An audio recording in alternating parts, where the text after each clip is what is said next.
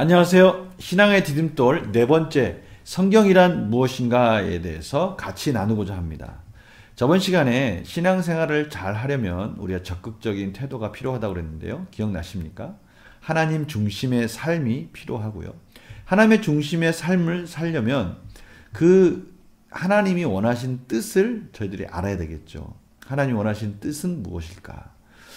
그러려면 우리는 성경을 통해서 그 뜻을 알 수가 있습니다. 성경이 우리에게 주어진 목적이기도 한데요. 우리가 어떻게 구원을 얻었는지, 또 그 구원이 어떻게 완성되어지는지를 우리는 성경을 통해서 확인할 수 있는 것이죠. 그래서 오늘은 성경이 성경에 대해서 뭐라고 말씀하고 계시는지, 다시 말하면 하나님은 성경을 어떻게 말씀하고 계시는지를 오늘 간단히 같이 나누고자 합니다. 성경에 객관적인 증거들이 많이 숫자로 확인되고 있습니다. 학자들은 보통 성경이 쓰여진 기간을 1600여 년으로 보고 있습니다. 그리고 한 40여 명의 저자를 통해서 하나님이 성경을 우리에게 허락해 주셨다라고 말씀하고 있습니다. 또한 그 성경이 우리 가운데 전해지는 기간은 2400여 년 동안이라고 보통 말을 합니다. 그 기간 동안에 많은 순교의 피가 있었고요. 여러 가지 성경의 해석 과정이 있었습니다. 그러나 지금은 각국 언어로 번역되어져서 모두가 원하기만 한다면 성경을 가질 수 있는, 성경을 읽을 수 있는 그런 환경이 되었습니다. 저는 여기다 한 가지 더 덧붙이자면, 이제는 인터넷을 통해서 성경을 이제는 해석하는 것까지도, 성경에 해석하는 여러 가지 말씀까지도 저희들이 쉽게 접근하는 시대가 되었습니다. 언제든지 말씀을 원하면 들을 수 있고요. 말씀을 또 공부하고 싶으면 공부할 수 있는 환경들이 열린 것입니다. 예전에는 헬라와 로마가 이러한 성경을 보급하고 복음을 전하는 데 도움을 주었다면, 이제는 인터넷이라는 것이 그러한 대로의 역할을 하고 있다는 것을 알 수 있습니다. 그렇다면 하나님이 말씀하시는 성경은 과연 무엇일까요? 하나님이 설명하시는 성경에 대해서 한번 같이 알아보도록 하겠습니다. 첫 번째로요, 성경을 쓴 저자는 누군가에 대해서 성경은 이렇게 말씀하십니다. 디모데후서 3장 16절에 모든 성경은 하나님의 감동으로 된 것이다, 이렇게 설명하고 있습니다. 하나님의 감동, 우리는 보통 감동 그러면 어떤 한 개인이 느끼는 feeling, 그러니까요, 인사이트, 이런 것을 생각할 수 있을 것 같아요. 그러나 여기서 말하는 감동은요, 그런 인사이트를 통해서 개인의 신념 같은 것들을 썼다, 이런 것이 아니고요. 그 밑에 있는 베드로후서 1장 20절에서 21절 말씀에 좀 더 구체적으로 설명이 되어 있는데요.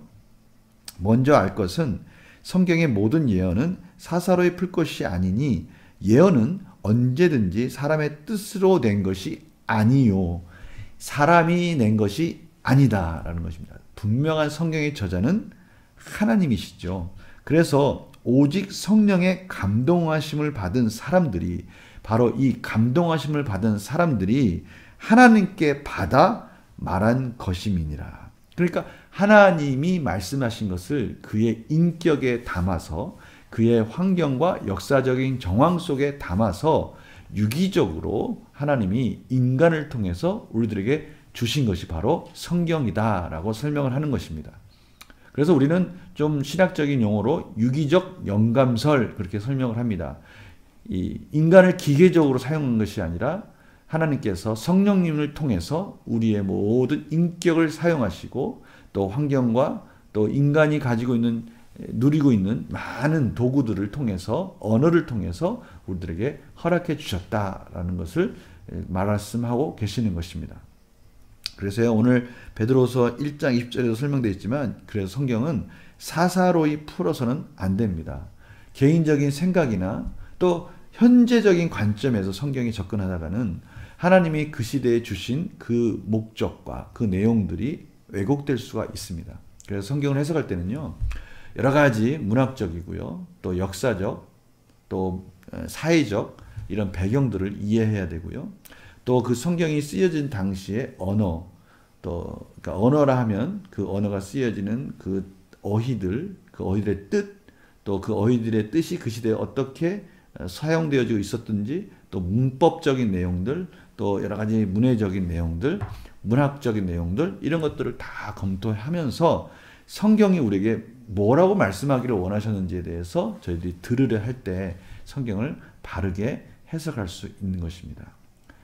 우리는 문득 이 성경을 통해서 자꾸 우리 삶을 해석하는 도구로 쓰려고 그러는데요. 성경은 절대 그렇게 해석해서는 안 되고요. 성경이 말하고자 하는, 하나님이 우리들에게 무엇을 말씀하려고 하셨는지에 대해서 그것을 듣는 성령님의 도우심을 통해서, 성령님의 조명하심을 통해서 그것을 듣고 순종하려는 자세, 이것이 성경을 해석하는 가장 중요한 부분이라고 말할 수 있는 것입니다. 성경의 주제는요, 크게 신구약으로 나눌 수 있는데요. 구약은 이제 오실 예수님에 대해서 이스라엘 역사 속에서 하나님께서 말씀하고 계시는 거고요.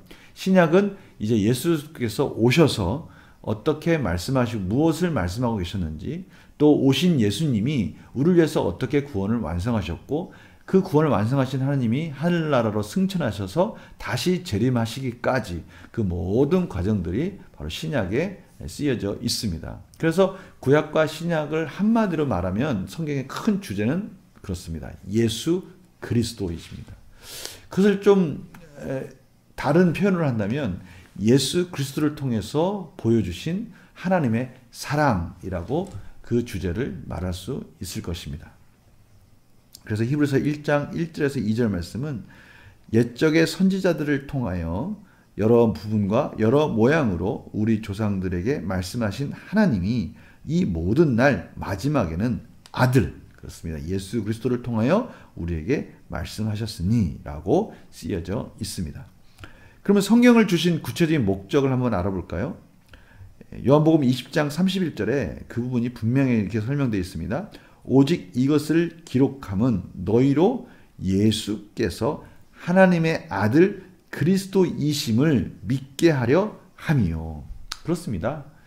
예수 그리스도, 그분이 하나님의 아들이시고 우리를 구원하시기 위해서 오셨고 그 구원을 완성하셨다는 것을 믿게 하려고 이 성경을 저희들에게 특별하게 허락해 주신 것입니다. 믿을 뿐만 아니라요, 그 이름을 힘입어 생명을 얻게 하려 함이니라 라고 설명하고 있습니다. 그래서 생명을 얻게 하려 함이라는 것은 우리의 삶이 하나님의 말씀을 통해서, 성령님의 은혜를 통해서, 성령의 조명하심을 통해서 이제 그리스도의 은혜로 말미암아 구원받은 우리가 그리스도와 연합되어져서 하나님이 기뻐하신 선한 일을 할 수 있는 능력이 있는, 가치 있는 그런 생명의 삶을 살도록 우리들에게 이 성경이 주어졌다라고 말씀하시는 것입니다. 그래서요, 이 성경을 통해서 우리는 신앙생활의 하나의 지침들을 저희들이 배울 수 있는 것입니다. 디모데후서 3장 16, 17절에서는 그래서 이렇게 설명하고 있습니다. 모든 성경은 하나님의 감동으로 된 것으로 교훈과 책망과 바르게 함과 의로 교육하기에 유익하니 이는 하나님의 사람으로 온전하게 하며 모든 선한 일을 행할 능력을 갖추게 하려 함이라. 이렇게 설명하고 계십니다. 교훈과 책망과 바르게 함과 의로 교육하기에 유익하다. 교훈이라는 것은 목적, 우리가 인생을 사는 그 이정표, 그 방향을 정확하게 가르쳐주고 있다는 것입니다. 책망이라는 것은요, 바로 그 하나님이 가르쳐주신 그 인생의 목적을 쭉 따라갈 때 잘못 갔을 때 그것이 잘못 간 부분을 가르쳐주는 겁니다. 틀렸다고 말해주는 것이죠. 우리 주변에 틀렸다라고 말해주는 여러 가지 사람들이 있을 수 있고, 여러 사람들이 있을 수 있고요, 여러 가지 책들이 있을 수 있고, 도구들이 있을 수 있습니다. 그러나 성도님들, 이거 꼭 기억하셔야 됩니다. 우리 인생을 주관하시는 하나님만이 우리가 갈 인생의 방향을 정확히 가르쳐 주시고요, 그분만이, 그분의 말씀만이 그것을 잘못 갔을 때 잘못 갔다라고 정확히 지적해 줄 수 있는 것입니다. 뿐만 아니라 바르게 교정해 줄 수도 있고요, 바르게 교정해서 그 길을 잘 갈 수 있도록 우리를 또 훈련시켜 주시는 그러한 능력도 바로 이 말씀이 가지고 있는 것입니다. 교훈과 책망과 바르게 함과 의로 교육하기에 유익한 것이 바로 이 성경이라는 것이죠. 그래서 성경이 우리에게, 하나님께서 우리에게 선물로 주신 놀라운 계시의 말씀이 될 수 있는 것입니다. 또한요, 그렇게 함으로 우리가 하나님의 사람으로 완전하게 무장되도록 하는 것입니다. 왜요? 그렇게 무장된 저희들을 통해서 하나님은 일하시기를 원하시는 거예요. 우리 인생에서 가장 생명력 있는 일은 무엇입니까? 하나님의 선한 일을 하는 것이죠. 하나님이 이 세상에 우리를 보내신 목적을 깨닫고 그 보내신 목적에 맞게 선한 일을 하도록 우리를 무장시켜 주는 것이 바로 성경이 우리에게 주는 큰 유익인 것입니다. 그래서요, 우리는 성경을 대할 때 여러 가지 태도를 가지고 대해야 되는데요. 요한계시록 1장 3절에서는 이 예언의 말씀을 읽는 자와 듣는 자와 그 가운데 기록한 것을 지키는 자가 복이 있다라고 말씀하고 있습니다. 읽는다라는 것은요, 우리가 잘 알고 있듯이 성경을 우리의 삶 속에서 가까이 하고 늘 그 성경이 우리에게 말씀하도록 하는 겁니다. 그래서 듣는 자라고 말하는데요. 성경이 우리에게 말씀하신 것을 잘 듣기 위해서 우리는 설교도 듣고요. 또 말씀 묵상을 통해서 성령의 조명하심을 구하기도 하고요. 성경의 통독을 통해서 또 성경이 전체적으로 흐르는 그 맥을 또 잡기도 하고요. 이런 여러 가지 방법을 통해서 우리는 성경 말씀에 귀를 기울여야 되는 것입니다. 그리고요, 중요한 것은요, 그것을 듣는 것만 멈추는 것이 아니라 그 말씀대로 지켜 행할 때 이 성경이 말하는 것이 정말 살아 운동력 있게 우리 삶에 능력 있는 말씀으로 다가왔다는 것을 경험하는 것이 중요합니다. 성도님들, 이 성경은요, 우리 삶을요, 창조적이고 능력 있게 살 만한 정말 복된 인생이라는 것을 가르쳐 주십니다. 성경을 가까이 하고 그 성경을 끊임없이 읽고 들으려 할 때 하나님은 우리의 삶 속에서 순간순간 계속해서 말씀해 주고 계시다는 것을 경험할 수 있습니다. 성경은요, 그래서요, 다양한 방법으로 구성되어 있습니다. 다양한 장르와 또 다양한 그런 여러 가지 방법적인 면에 있어서 때로는 이야기로, 때로는 시로 다양한 장르를 통해서 우리들에게 전달되어졌다는 것을 저희들이 알 수 있습니다. 율법서로서는요, 모세가 썼다 해서 모세 오경으로 창세기, 출애굽기, 레위기, 민수기, 신명기가 있습니다. 역사서는요, 이스라엘 역사 속에서 말씀하신 하나님, 여호수아, 사사기, 룻기가 있고요. 이제는 왕정으로 넘어가서 사무엘상, 사무엘하, 열왕기상, 열왕기하, 역대상, 역대하가 있습니다.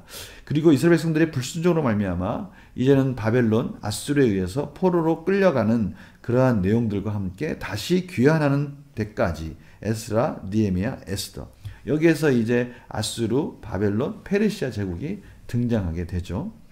그래서 이 역사서가 이렇게 구성되어 있고 나서 그 다음에 이제는 하나님의 백성들과 하나님과의 깊은 영적인 교감과 또 기도와 찬양의 내용들이 시가서에 구성이 되어 있습니다. 욥기, 시편, 잠언, 전도서, 아가, 지혜서라고도 말씀하는데요. 이 지혜서와 이 시적인 이 표현을 통해서 하나님은 그의 백성들과의 그 끊임없는 교감 속에서 다양한 감정들을 표현하고 있고요. 또 그러한 것들을 이제는 성도라면 마땅히 그런 것들을 공감할 수 있는 언어로서 표현되어 있는 것입니다. 그래서 압축되어서 그 압축된 언어로서, 시적인 언어로서 구성되어 있는 것이 바로 시가서입니다. 그리고요, 이제는 하나님께서 그 시대별로 선지자를 통해서 예언하시는 말씀들이 있는데요. 이사야, 에레미야, 에가, 에스겔, 다니엘. 이것을 묶어서 대선지서라고 말하기도 합니다. 그 분량이 많기 때문에 그렇죠. 그리고 호세아, 요엘, 아모스, 오바댜, 요나, 미가, 나움, 하박국, 스바냐, 학개, 스가랴, 말라키, 이것을 소선지서라고 합니다.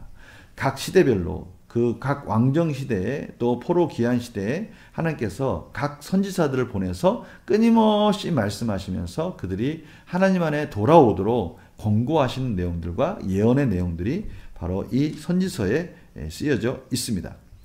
그리고 이제 신약으로 넘어오면요, 공감복음이라고 해서 마태, 마가, 누가복음을 묶습니다. 공감복음이라는 것은 무엇이냐면 예수님의 갈릴리 사역, 그 예루살렘 사역들에 대한 예수님의 생애를 같은 관점으로 쓰였다고 해서 공감복음이라고 합니다. 그런데 거기에 요한복음이 들어가면 이것을 사복음서라고 그래요. 복음이 들어가기 때문에 마태복음, 마가복음, 누가복음, 요한복음 이렇게 복음서로 묶게 됩니다. 근데 신기한 것은 이 마태, 마가, 누가가 공통된 관점으로 예수님의 생애를 서술했다면 그것과 일치하는 부분이 있음에도 불구하고 그 공간복음을 신학적으로 설명해주는 요한복음이 붙음으로 인해서 더 풍성한 예수님의 생애가 되고요. 더 풍성한 예수님의 그러한 기적들, 이적들을 설명해주는 그러한 사복음서로 되어 있다는 것을 알 수가 있습니다. 참 이 네 복음서가 서로 어우러져서 풍성한 하나님의 복음을 완성하고 있다는 것을 저희들이 깨닫게 됩니다. 그리고요, 이런 예수 그리스도의 복음이 이제 예수 그리스도의 승천과 함께 전해지는 과정, 그런 역사들, 초대교회 역사들, 특별히 사도 바울의 이 전도 여행을 중심적으로 해서 그 역사서 사도행전이 있습니다. 그리고요, 사도행전의 대부분의 그 복음의 전파 내용들을 담고 있는 사도 바울의 그 전도 여행이 구체적으로 이제 초대교회들이 세워지고요. 그 초대교회의 여러 가지 문제들, 그것들을 내용들을 이제 설명해주고 또 그것들을 교정해주는 서신서들이 이제 바울 서신으로 묶여져 있는데요. 그것을 로마서, 고린도전서, 고린도후서, 갈라디아서, 에베소서, 빌립보서, 골로새서, 데살로니가 전서, 데살로니가 후서, 디모데 전서, 디모데 후서, 디도서, 빌레몬서 이렇게 묶고 있습니다. 히브리서도 여기다가 들어갈 수가 있는데요. 히브리서는 분명한 그 저자가 밝혀지지는 않았습니다. 그런데 그 문체나 그 풍성한 그런 신학적 지식 이런 것들을 통해서 이거는 바울이 썼을 수 있다라고 해서 바울 서신에 묻기도 합니다.